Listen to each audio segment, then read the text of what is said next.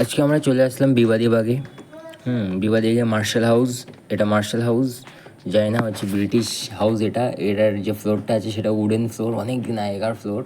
আর যা ইন্টেরিয়ার, যে ডিজাইন করা আছে, অনেক লম্বা লম্বা দরজা আছে। যা ডিজাইন ব্রিটিশ আমাদের মনে হচ্ছিল ব্রিটিশরা তৈরি করেছে। তো এখানে একটা অনেক আগেকার, প্রায় 25 বছর আগেকার ভোল্টাসের একটা উইন্ডো এসি ছিল, যার অবস্থা খুবই খারাপ ছিল। যেখানে হাত দিচ্ছিলাম সেখান থেকেই খুলে পড়ে যাচ্ছে। তো কাস্টমারের যে এটা ছিল সেটা হচ্ছে যে মেশিনটা ঠান্ডা হচ্ছে না, ঠিক আছে। আর আমরা গিয়ে দেখলাম যে কম্প্রেসার চলছে, বাট যে ব্লোয়ারটা আছে ব্লোয়ারটা ঘুরছে না, তাই জন্য হাওয়াটা পাস করছে না।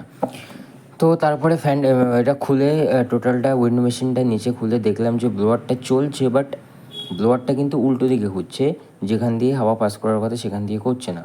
তো আমরা ক্যাপাসিটারটা একটু আস্তেও ঘুরছিল। তো আমরা ক্যাপাসিটারটা চেঞ্জ করলাম আর ক্যাপাসিটার কানেকশানটা ঘুরিয়ে দিলাম। তো ব্লোয়ারটা আবার এদিকে ঘুরছে, তো হাওয়া দারুণ হাওয়া দিচ্ছিলো, যেন মনে হচ্ছিল উড়ে যাবো জ্বরে। তো এটার কাজ কমপ্লিট হয়ে গেল। এটার কাজ কমপ্লিট হয়ে যাওয়ার পরে যে ফাইনাল লুকটা সেটা একটু দেখাচ্ছিলাম। আর এটা করে যাওয়ার পরে সেকেন্ড আর একটা আমাদের ছিল, মানে এনকোয়ারি ছিল, ঠিক আছে। সেকেন্ড এনকোয়ারিটা হচ্ছে একটা স্প্লিট এসিড হিতাচি ডেপটনিক।